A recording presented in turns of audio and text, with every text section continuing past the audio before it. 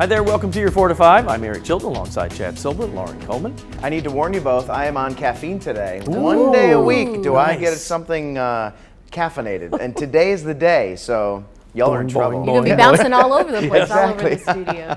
Thanks for watching us on News 2 on air, online, Fire Stick, Roku, and the News 2 app, and of course, Facebook. We love the Facebook comments, don't we? Yeah, make sure you join the conversation because we have lots to talk about today. We're going to kick things off with your 4 to 5 roundup with some of your top headlines. Right now, people are in the dark after a large power outage in High Point. Officials say 5 substations were impacted, covering electricity across the city. The city says crews are working to restore the power. This is the second outage in 24 hours. Last night, the power went out due to lightning. Right now, it's not clear what caused today's outage. The city expects to have all power restored soon. Right now, Greensboro city leaders are taking a hard look at safety and crime after a shooting at a popular nightclub. After the recent incident that occurred at the Blind Tiger, which unfortunately led to the death of a young man, our safety review team responded again. If you remember earlier in the year, our team responded out for a similar incident. At that time, the business was temporarily closed based upon fire violations, fire code violations. But we were able to have conversations with the business as part of our safety review process. We have those conversations with the business. Again, not that the businesses will stay closed, but so that the businesses can operate, but operate in a safe manner. Last year, city council members talked about a nightlife safety ordinance in response to crime. The discussion came up several times, but failed after members couldn't get enough votes. Greensboro police are searching for a man accused of robbing a Holiday Inn Express. Investigators say a man with a gun robbed the hotel on Cedar Park Road just after midnight. No one was hurt, but they are still looking for that suspect. Reidsville police are looking for 2 suspects who were caught on camera stealing a truck. In the surveillance video, you will see 2 men get out of a car at the Love's gas station. One gets into the 2021 GMC truck parked next to it. The other gets back into the car. If you recognize these men, call police. Well, the word of the day would be watching for thunderstorms. The thunderstorm activity that would be today, but really goes on the increase as we head into Wednesday, Thursday, Friday is a whole different ballgame. We'll actually wait for that because that'll be good stuff. Right now, 80 degrees in Greensboro, 92 in High Point, 90 in Winston-Salem. Yeah, we've seen some thunderstorms. That's why that Greensboro reading down to 82 when everybody else is in the low 90s. That's depending on who has and who has not seen the rain. Let's go ahead and zoom in here. Lots of lightning strikes in this. That is a pretty big cell. I mean, it goes from Blues Creek south to Kernersville and then east all the way over to Greensboro. Summerfield just on the edge of that, in the northern edge of that cell. But that's a strong thunderstorm. If you have to travel along I-40 between Winston-Salem and Greensboro, you'll be running into that one, that's for sure. To the northwest we go with Wilkesboro, some showers there. This one hasn't been as strong as some of the other ones, but still that's some good rainfall right there just south of Elkin. If you head along I-77 from Elkin down toward the Winston-Salem area, or at least Iredell County, you're going to see that.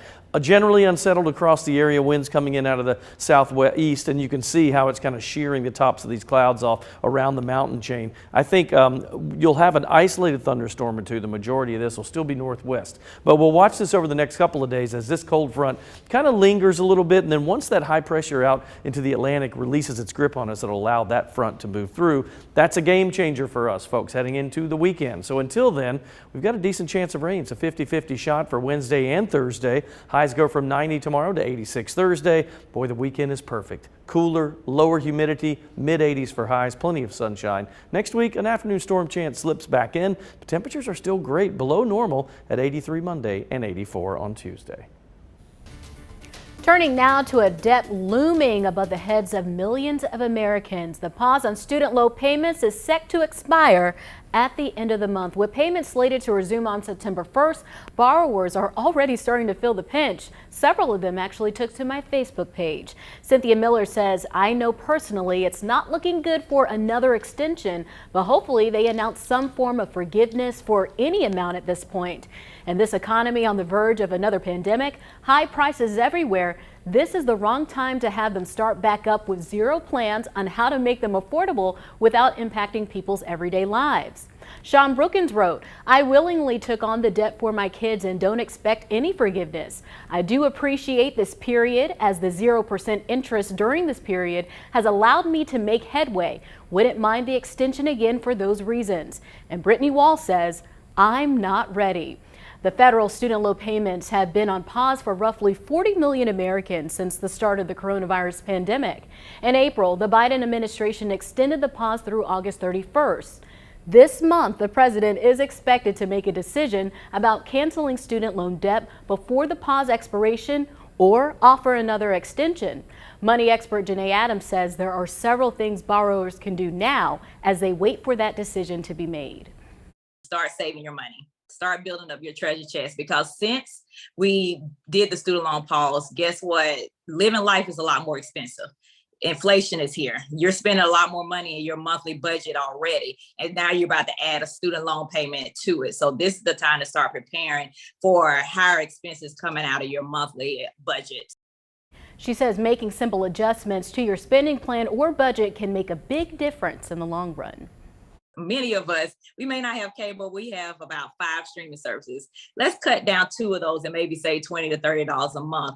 Cut back on eating out. I know we have busy lives, but instead of eating out, maybe, the 3 times a week that you already do, let's cut that down to 1. And that'll probably save you $40 or $50. Recent data shows student loan borrowers in the United States owe a collective nearly $1.75 trillion in both federal and private loans. Adams says the student loan debt crisis must be tackled from the beginning, starting with high school students preparing for college. For those parents out there or those guardians, if a college takes a Parent Plus loan, you cannot afford to go there, and you all need to pick something else. It's one thing to go to a dream school, but those student loans that you'll have after it could make it a nightmare. So make the right choices this upcoming school year. The average student loan borrower in North Carolina owes more than $25,000. Dig into it's Ben Briscoe here. As monkeypox slowly spreads across the United States, you mostly heard of adult men getting the virus. The last few days have not been good. As you can probably see, due to this huge swollen lip. I couldn't work at all. Like, that first week was really awful. Children have tested positive too. What doctors want parents to know, coming up at 5:30. In a shocking sports announcement today, Serena Williams says she plans to leave the sport. In a Vogue magazine interview, Williams said she's retiring after the U.S. Open this year. Right now, she's playing in the Toronto Open. She'll also be on the entry list to play a tournament in Cincinnati next week. Williams is then expected to play one last U.S. Open, which kicks off in New York at the end of the month. So I asked you on Facebook with this in mind, what athlete's retirement affected you the most? Pam Younger says, MJ, I guess. I wanted him to play forever. He was really the only person I watched pro basketball for. I'd rather watch college. Scoop says the day Dale Earnhardt died. That was a big one. Lisa said Derek Jeter, who used to play minor league ball here in Greensboro, by the way. Eddie Cobb said Magic Johnson, simple as that. And I love Michael's answer. He said Al Bundy, because he scored 4 touchdowns in a single game while playing for the Polk High School Panthers in the 1966 City Championship game versus Andrew Johnson High School. Obviously, tongue-in-cheek there, but Married with Children was a funny show. That's a great show. Al Bundy. For me, I guess it would be it'd be Michael Jordan. I would say I'd put that in my post. That for me, because I remember that and the whole baseball debacle with him. I tried to erase from my mind when he tried to play pro baseball, but I loved it when he finally hung it up. That was a big deal. Speaking of debacles after retirement, Brett Favre would be mine. Okay. Big Packers fan, grew up watching Brett Favre, and then he retired, and then he went to the Jets, and then he left and went to the Vikings, and that was really tough for me. I disliked him for many, many years, but I've finally gotten over it. But he would be the one. He struggled. I mean, he struggled. A lot of them struggle letting go because it's it's who you are. For me, I'm not a huge, diehard sports fans, but I would have to say with Serena Williams, I saw her post and people talking about it on social media, and I was actually quite shocked. She's done a lot, she works hard, she gives back to the community, but I just hope that she gets to appreciate this time with her family and loved ones. But she's a great role model, and so I wish her nothing but the best. She's actually, in my opinion, for professional sports, one of the greatest of any sport because of how many championships she won. who's going to beat that? I don't know. Maybe you may never see that again. And it's to think about how they haven't had really a normal life their entire life because they'd been playing at such a competitive level for so long. What is life going to be like after retirement? It's like, for is she someone going to like be that? able to sit still? Because, Right. she travels the world. She's always preparing for these, competitions, these matches. But it's exciting. I was definitely shocked when I saw it on social media. It'd be interesting to see if she goes to the broadcast booth because I almost She think would be great at that that's because you what know I she's been think. in a lot of movies. She's Yep. starred in some sitcoms and different things like that. I think so she could pull it off. She definitely has it. We'll see. We'll has be it watching. in her. Now to some sad entertainment news. Legendary Motown songwriter and producer Lamont Dozier has died at the age of 81. Dozier was the middle name of the celebrated Holland Dozier Holland team, known for dozens of hits like You Can't Hurry Love and Heat Wave. During the late 60s, he and his brothers perfected the blend of pop and R&B, defying boundaries between black and white music. Dozier's death was confirmed by his son today via Instagram, where he wrote, "Rest in heavenly peace, Dad." As we head to break, here's a snippet of another one of Dozier's hits, Baby Love by the Supremes.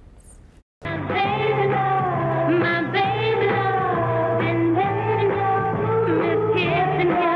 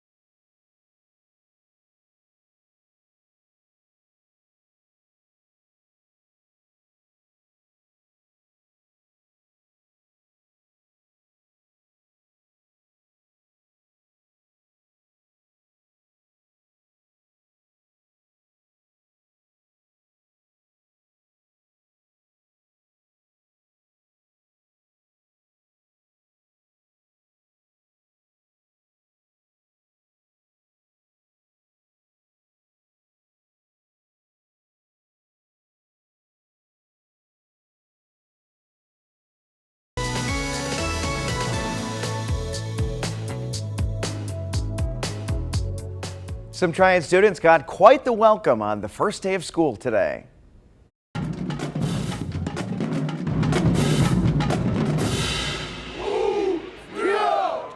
The award-winning Cold Steel Drumline from North Carolina A&T got Allen J. Prep Academy students excited about learning. The school is one of 20 GCS extended year schools that went back today. Getting kids pumped about learning, it can be difficult, but one WNBA player is up for the challenge. Listen to how she's scoring points for education and preparing children for the workforce. Nisha Butler is blazing a trail, bringing a bit of Silicon Valley to Brooklyn. Let's run your program and see if you got it right. Butler opened the STEAM Champs Education Center in July. That's STEM with an extra A for arts, teaching skills from computer coding to robotics to chess. We're a science, technology, engineering, arts, and math center. We wanted to include art. A lot of times the kids are on the computer a lot and they don't have a lot of unplugged activities. For this native New Yorker, it's another pivot in an already impressive career that began on the basketball court at Georgia Tech and then the WNBA's New York Liberty. But the STEM seed was planted when she was 12 and took her first computer science class. I really look back to that time because that set the foundation, that gave me the confidence, that gave me the skill. It was a year-long class. And I realized I was the only female in that class. And of course, the only person of color in that class. A poll released last year found Black people account for just 9% of the STEM workforce, a statistic Butler wants to change. 7-year-old Theodore Van is one of her students, though a STEM job is just one of his career goals. I want to be a basketball player, soccer player, tennis player, and I want to be a scientist, a pizza chef, and I want to go up to space. Did you imagine this would be your afterlife after basketball? You know what? No, I didn't. I'm actually having a purpose to make a difference in these kids' lives. A difference that could open young minds to new possibilities and build a pathway to success. I love that. I'm just happy to see the A in there for arts. I was always big in the arts growing up, and I'm glad to see that included in this, because it's just it makes it more eclectic, you know. You're starting to see that STEAM word more and more Yep. than just the STEM. What I like so much about this package is, you know, when you talk to a lot of kids, they say, I want to be a ball player, I want to be a professional athlete. But having a professional athlete, someone who has played at the professional level, doing something with the arts and math and science shows you could be more than just a ball player. You know, you don't have to put yourself in that box, expand your knowledge and interest to other things. I never even considered that. That's, I mean, great point. Yeah. I'm also glad to see, you know, someone who has had a successful career and has a bunch of money left to put it towards something like this. I was trying to think, what would I want to do? You know, what would I do if I were, you know, some bigwig player of some sport? And yeah, I mean, what do you know? What organization would you guys? So I've actually talked about this with a friend, because you know I have a theater background, and one of my good friends, she has a singing background. So I would love to do like a girl empowerment nonprofit or camp or something like that that teaches girls to have good, high self-esteem and to believe in themselves, teach self-love, but through the arts. I think that that would be a really cool thing to do. I would like to coach and maybe mentor young professionals, and more so not that you know, our career is our career. It's really more about how to be a good public speaker and how to handle yourself in front of large groups and that type of thing, because I think that's one thing I've always felt I was really proud of the skill set that I had, and I thought if I could kind of coach them along and say, here's how you try to command a room, you know, that's fun. I think you could definitely do that, because you've taken a lot of us, like me included, under your wing since we come here, and you set such a great example, and you have so much knowledge. You would definitely be able to share it with the others. I love Eric. She's so sweet to me. She really is. I don't feel like I'm glad you say that, because I don't feel like I do that very well, but I appreciate it. But you do. We're watching. You might not think so, but we are. Right. Well, we know the kids are going back to school, and we are helping students and teachers start the school year off right with our Tools for School drive. For 25 years, we've collected supplies for students heading back to school. You can put newly purchased supplies in donation boxes at Walmart stores. We'll also have a one-day supply drive at the Walmart on Battleground Avenue on August 24th. The supply drive runs through September 5th. And ahead of the return to class, we want to know what's on your mind as parents. We've got a back-to-school parent survey on our website. Share any concerns you might have, like COVID, school safety, virtual learning, or mental health. To take the survey, just text the word SURVEY to 336-379-5775, and we will respond with a link. We'll use the information to address your biggest questions ahead of the new year. We'll be right back.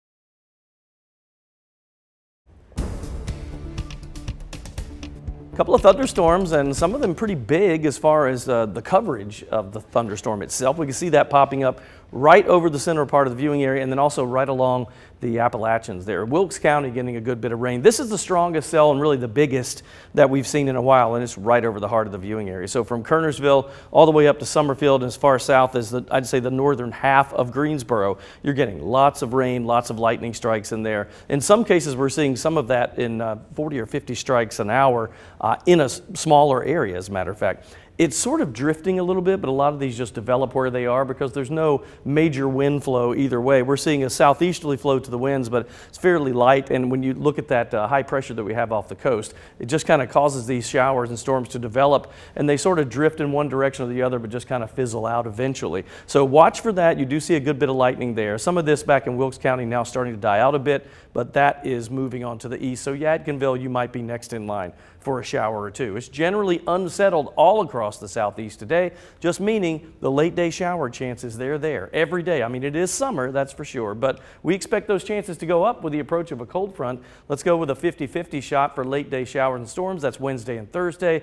The difference, Wednesday 90, but then 86 Thursday. Your weekend, that's the payoff. Friday, Saturday, and Sunday. Lower humidity, highs in the mid 80s. Lots of sun. That is beautiful, picture perfect. Next week, we'll slide in a normal 30% in the late day shower chance, but highs only 83 and 84 for Monday and Tuesday. Just 2 days out from Panthers Fan Fest, you know it's going to be a roaring good time.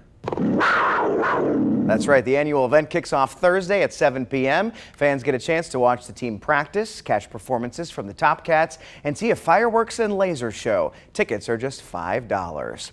As you know, we are the official home of the Carolina Panthers. We are airing Fan Fest live from 7 to 9 on Thursday.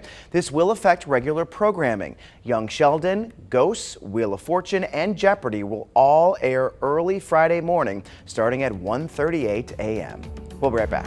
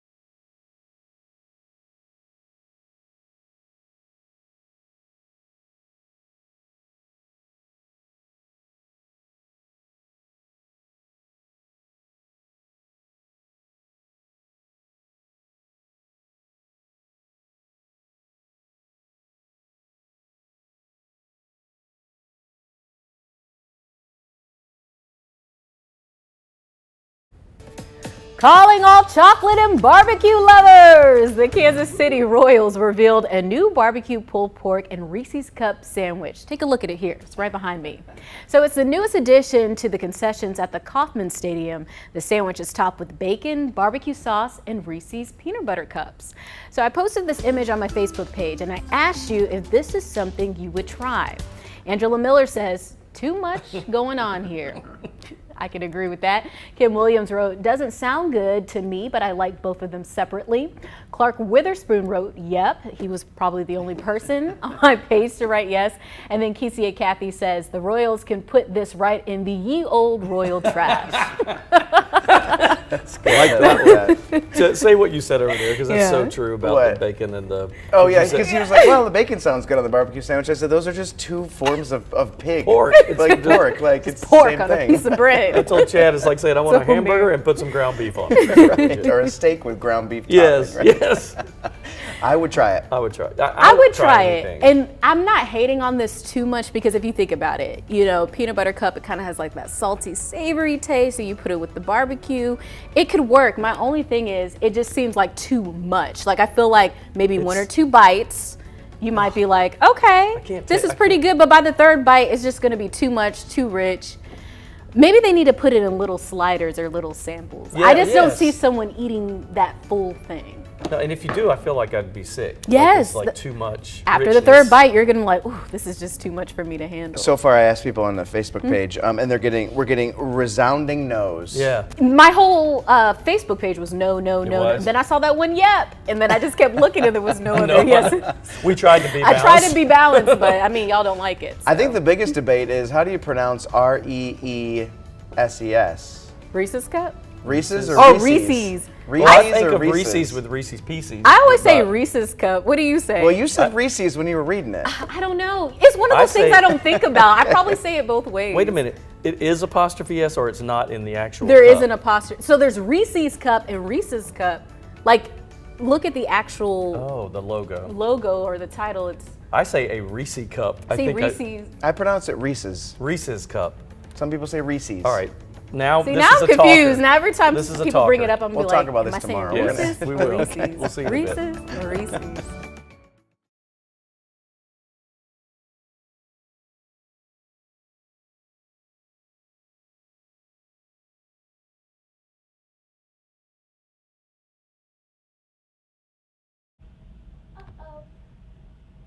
Hey, I'm still here.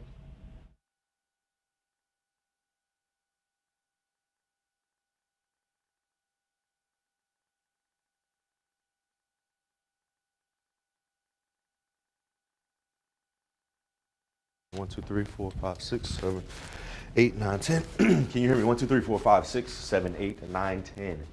How about now? Can you hear me now?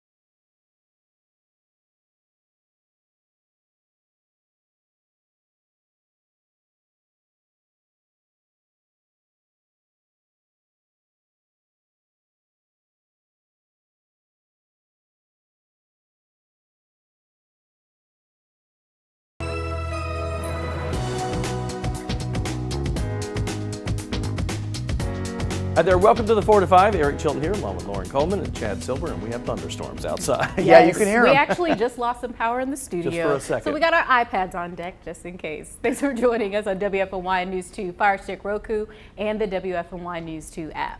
We got to get to the weather first, huh? Quickly now, apparently, Right. yeah, because this one's starting to kick up a little dust here. Let's talk about the forecast that is changing a little bit, and really, we call this nowcasting in weather when you really up. It's not necessarily from a front moving by, it's just from individual thunderstorm cells. And we'll go ahead and zoom in because this is the strongest that we've seen. You can see the lightning strikes all along here. Really, this is stretching along I-40 and 73 as well. The northern half and the western half of Greensboro seeing heavier thunderstorms. It goes up to Summerfield and over to Blues Creek, but I think for the most part you're going to see lots of heavy lightning in that north and western section of Greensboro proper. We're not seeing a whole lot anywhere else except in the mountain and foothill communities. They all are sort of drifting where they are. They might drift a little bit east. So what you saw over Greensboro, if you're in downtown Greensboro, in the next 20 minutes, you're probably going to run into this, if not earlier. Moving at a very slow rate here. And if you look at a wide shot, it gives you a bigger picture. Our winds are coming in out of the southeast. So you can see a lot of this, especially up in the mountain communities, they're just kind of shearing the tops of the clouds more to the north and back to the west. And that'll be the case as it all builds to the east. Notice that general drift of all the showers over the Triad to the east. So look for that in eastern parts of Greensboro and then into Alamance County, we think, in the next 20 minutes or so. We're still hearing thunder here. Across the area, that cold front moves closer to us. That'll be the case for Wednesday and Thursday, and that brings our rain chances up to a 50-50 shot for those 2 days. Temperatures rather drop from 90 tomorrow to 86 Thursday. Beautiful weekend though. Sunny to partly cloudy, mid-80s and lower humidity. Developing now, people living in High Point are dealing with another large power outage. It is the second in 2 days. The city says 5 substations are impacted, covering electricity across the city. Now, last night, you might remember the power went out after a lightning strike there. It's not clear what caused today's outage. The city expects to have all power restored soon. All right, let's get to your 4 to 5 roundup. Right now, the Greensboro Health Department is holding vaccine clinics for students as part of a series of clinics happening in Greensboro and in High Point. Today's clinic started at 4:30 and ends at 6:30 p.m. Doctors say whether you use a clinic or your pediatrician's office, it's just important to get your students those shots they need. State law requires 7th graders to get the Tdap and MCV vaccine. 12th graders need a booster dose of the MCV vaccine. Proof is required within a month of the first day of school. Pfizer is expanding its reach in studying blood diseases, and it's thanks to all the money it made off COVID-19 vaccines. The drug company says it's buying global blood therapeutics for more than $5 billion. This company makes tablets for treating sickle cell disease, which is a group of blood cell disorders. A grand jury in Mississippi has declined to indict the woman whose accusation set off the lynching of black teenager Emmett Till nearly 70 years ago. The decision comes after an unserved arrest warrant surfaced for Carolyn Donham along with the release of her memoir. The grand jury says it considered charges of both kidnapping and manslaughter, but says there was not enough evidence for a conviction. This latest update makes it increasingly unlikely that Donham will ever be prosecuted for her role in the events that led to Till's death. Trending right now on Twitter, the DOJ. Throughout the day, several hashtags have gone viral related to a recent FBI search of former President Trump's Mar-a-Lago home. Trump and several top Republicans say Monday's search was political and are demanding answers. Congressional Republicans are slamming the Justice Department and calling for investigations 1 day after the FBI searched former President Trump's Mar-a-Lago, Florida residence. I want to know what led to this. I think every Republican believes that the FBI, when it comes to Trump and other organizations, have lost their mind. Sources tell CBS News the search was connected to a Justice Department investigation of claims by the National Archives that it found 15 boxes of records, including classified material at Mar-a-Lago earlier this year. The former president and his family publicly blamed President Biden and the Democrats. They want to attack a guy who they view as his greatest threat, is Biden's greatest threat. But a White House official tells CBS News they were given no heads up. The president was not briefed, was not aware of it. The Justice Department conducts investigations independently, and we leave any law enforcement matters to them. Executing a search warrant on a former president's home has never been done before, and given the political nature of this search, approval likely came from the very top of the FBI and the Department of Justice. For them to do this, the Department of Justice, the FBI, every I was dotted, every T was crossed. Under the Presidential Records Act, documents received and sent by the president are required to be preserved. Since the search, protesters for and against the former president have gathered outside of Trump-owned properties in multiple states. CBS News has learned a group of more than a dozen conservative congressional House Republicans will have dinner with the former president this evening at his New Jersey golf club. The gathering had been planned for a while, though the timing is notable, with Republicans vowing to look into the raid if they take back the House this November. This month is supposed to be peak season for shipping things ahead of the holiday season, but experts are warning of major supply chain disruptions again. If that's not bad enough, they say it could be worse than what we saw at the start of the pandemic. A shortage of rail workers is causing cargo containers to stack up in Los Angeles at one of the world's busiest gateways. Workers say they're seeing about 35,000 containers a day, way above the 9,000 they're used to seeing. Is it going to get any worse? That number continues to grow every day, every week. Would more trains here help? Absolutely, but you have to have somewhere to put the trains when they get to their destination.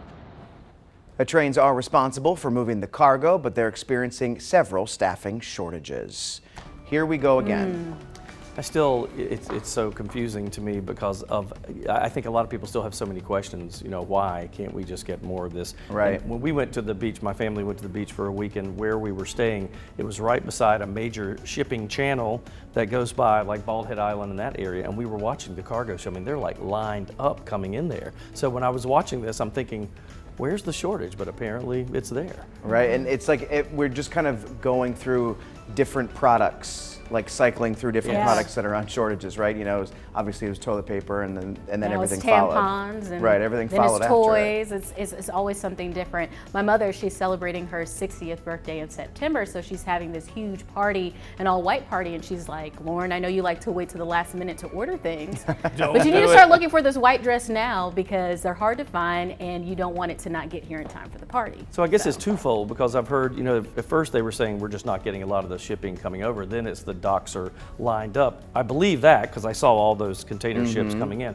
That's just, why can't we get the products to where we need them to be? Right, and I mean, it makes sense when you see, the last thing I read here, what was the number on that? So apparently the trains are responsible for moving the cargo, but they're experiencing staffing shortages, 35,000 containers where they normally have 9,000 a day. Yeah, it's just a domino effect. Yeah, absolutely. And I look at this, and you look at like truckers, you know, trucking companies, they're offering in some cases like 5-figure bonuses for people just to come drive the trucks because they don't have enough people to do it. And that's part of the problem. Another booming industry. We've done several stories on that too. Yep. Ben. Yeah, dig into it's Ben Briscoe here. You can't talk about supply chain woes without talking about this right here. Supply chain shortages of computer chips. Experts say almost all of them are made in Asia, and that's led to longer wait times and higher prices for new cars, phones, and other electronics. But today, President Joe Biden signed the CHIPS and Science Act, aimed at producing more of the computer chips right here in America. We're digging into the new law, talking with a Greensboro company about how it will impact their operation. That's coming up at 5:30. For the first time since before the coronavirus pandemic began, the Wyndham Championship was allowed to host fans at 100% capacity. And last week, the dollars came rolling in at Sedgefield Country Club. WFNY News 2's Jalen Gilkey hit the links to learn more. 100% fan capacity, a star-studded field, and a first-time PGA Tour champion. Now, that sounds like the perfect recipe for this year's Wyndham Championship. And Sedgefield Country Club, as well as the entire Triad region, couldn't be more pleased with the results from last week. Well, it was a great week. Obviously, when you have an event that's only 1 week out of the year, you have 51 weeks to anticipate it. Yeah, it's been a long time coming, and just to see the fans, just to see the excitement. There were certain times when I would just kind of watch the front entrance, and you could just tell, you could just feel it. You could see it out on the golf course and all of our concessions areas. And although Bobby and his team won't have final tallies on the big bucks they brought in from the week at the Wyndham, A few numbers have come in and they're eye-popping. We'll know some more of our attendance numbers probably in those 60 to 90-day windows as we put a cap on this year. But there's certain metrics that we look at, like merchandise sales and some concession sales. Seeing some merchandise sales compared to the year that Tiger came in 2015, which are really positive for us, that actually eclipsed that year. And according to Powell, those merchandise and concessions numbers from this year's tournament have been some of the highest the Wyndham has ever seen. I was there when Tiger came in, and it was crazy packed. I don't know how they matched that. That's crazy.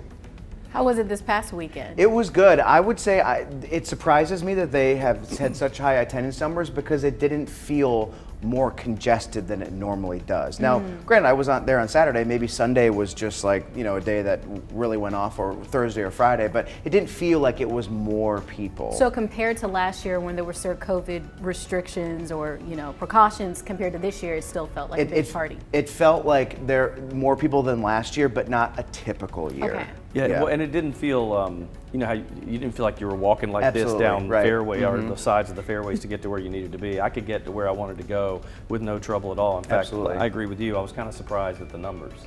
And I as well was like surprised because I know Tiger is the biggest name in golf, and I know that year in 2015 it was jam-packed. But I'm just glad that we were able to have full capacity once again. We were able to be out there and enjoy ourselves, enjoy the golf, and enjoy the weather when it was perfect. When it worked. When it worked. Yeah. It wouldn't be the Wyndham if there wasn't a weather delay. No, that was always. I went into the building where the PGA meteorologist is. His name's Stuart Williams, and he's actually from the Triad.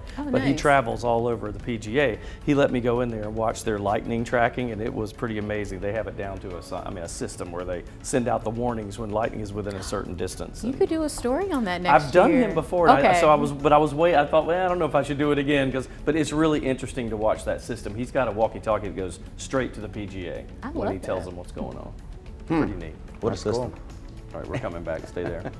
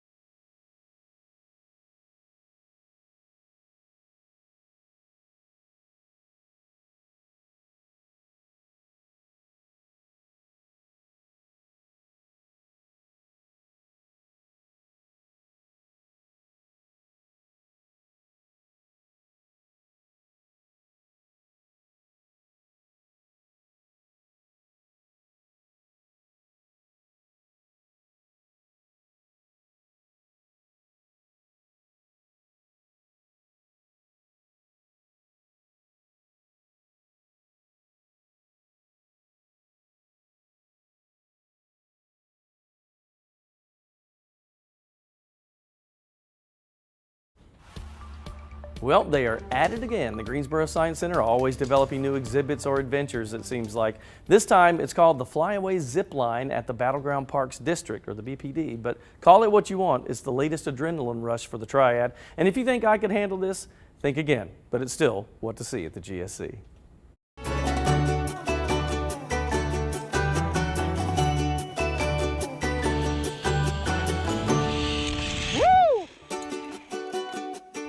All right, Becca, what is this thing? All right, Eric, this is the new Flyway Zipline here at the Greensboro Science Center. How big is this thing? It's about 700 feet long, 35 feet off the ground, Whoa. and you go about 25 miles an hour. Are you ready? I'm not doing this. What? I'm not, but I know somebody that would. Oh, okay, all right. Cameraman Manning. No, come on. No, he's doing it. I'm sorry, I'm older than you, so now you're going. Seniority. All right, Manny, you ready? I guess All I right, am. Come on, come on.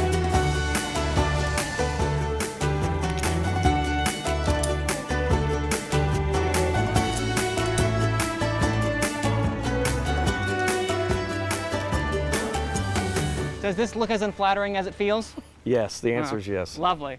3, 2, 1.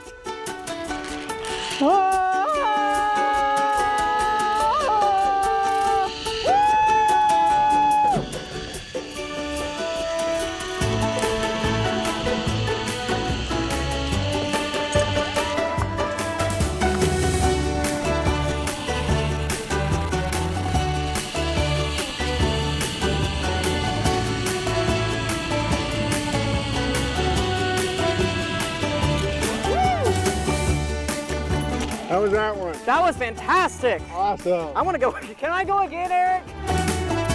How was it? That was fantastic. It was such an adrenaline rush. Thank you for making me go. Thank you for not making me go. So fun. Eric, I'm disappointed that you did not get on there. I will do it. And Manning thinks I'm lying when I said this, but I said I didn't feel good that day. I felt like sick to my stomach, and I said that's all I need is to throw up on television while I'm flying across that this might thing. have actually been really cool. No, no. Pixelated Ratings out. would have went up. But you said you were behind the camera on yeah, that I one. shot Manning coming That back was from. pretty good. It's been a hot minute, but yeah. He loved it, and we saw some of my friends actually happened to be there that day, and so they were doing it, and they said this is incredible. So, and it's not. I mean, really, to be honest with you, it doesn't last that long. You're going all the way across that and all the way back, so you could run around, get back in line, and do it again. So, where at the center is this? Is this near the carousel area, or?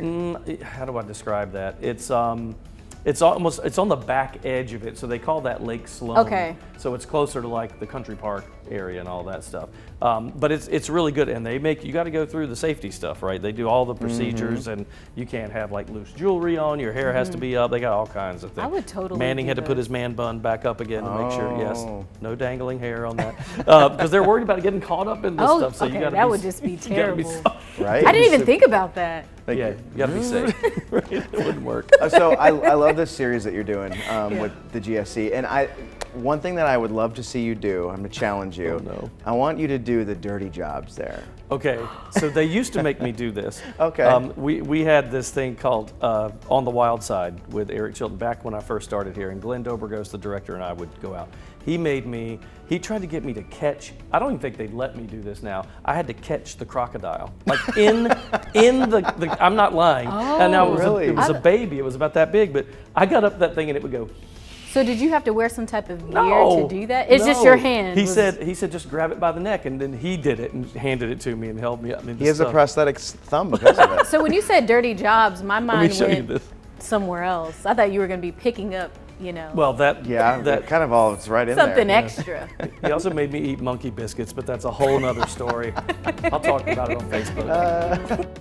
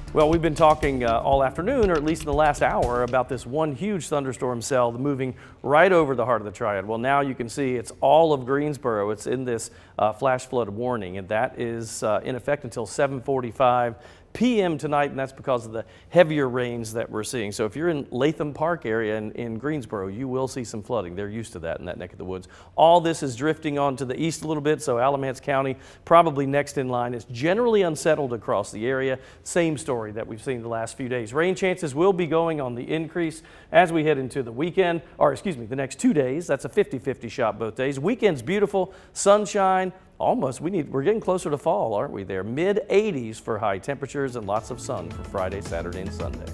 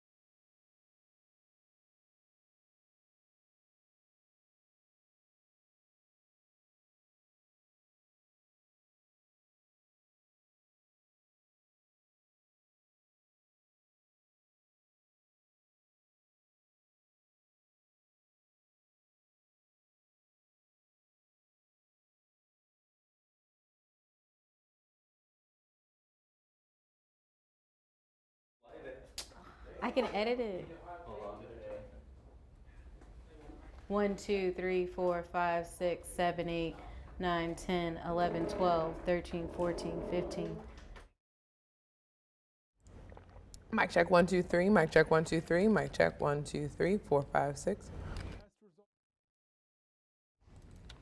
Hi, Minnesota, Mississippi, Missouri, Montana, Nebraska, Nevada, New Hampshire, New Jersey, New Mexico.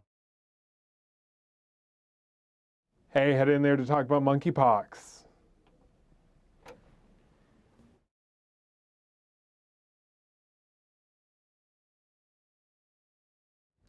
One, 2, 3, 4, 5, 6, 7, 8, 9, 10, 11, 12.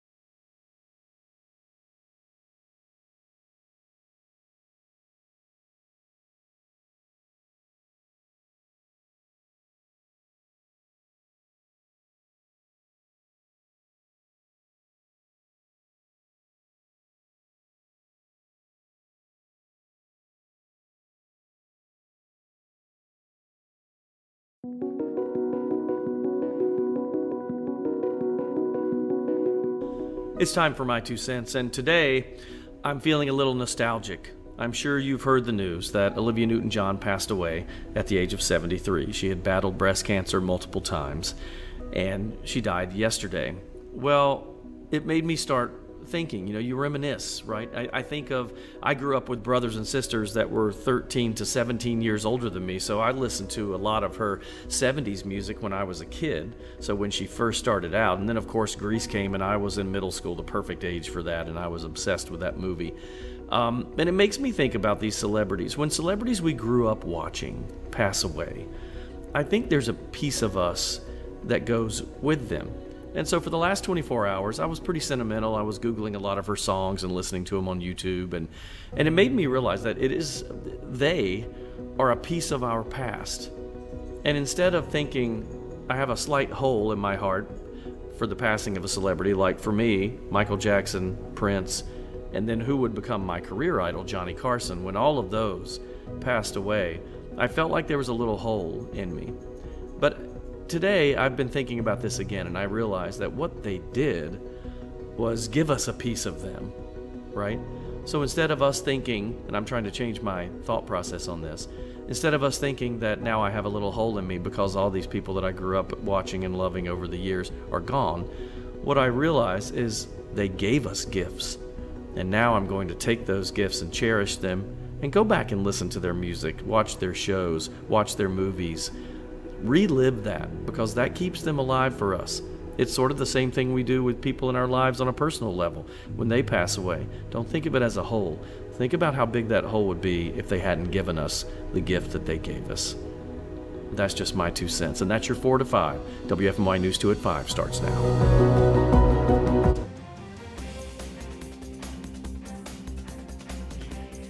You've likely heard and seen its afternoon storms are pushing across Guilford County right now. We have become accustomed to an active radar this time of day. Yes, we have. And Monique, you're tracking the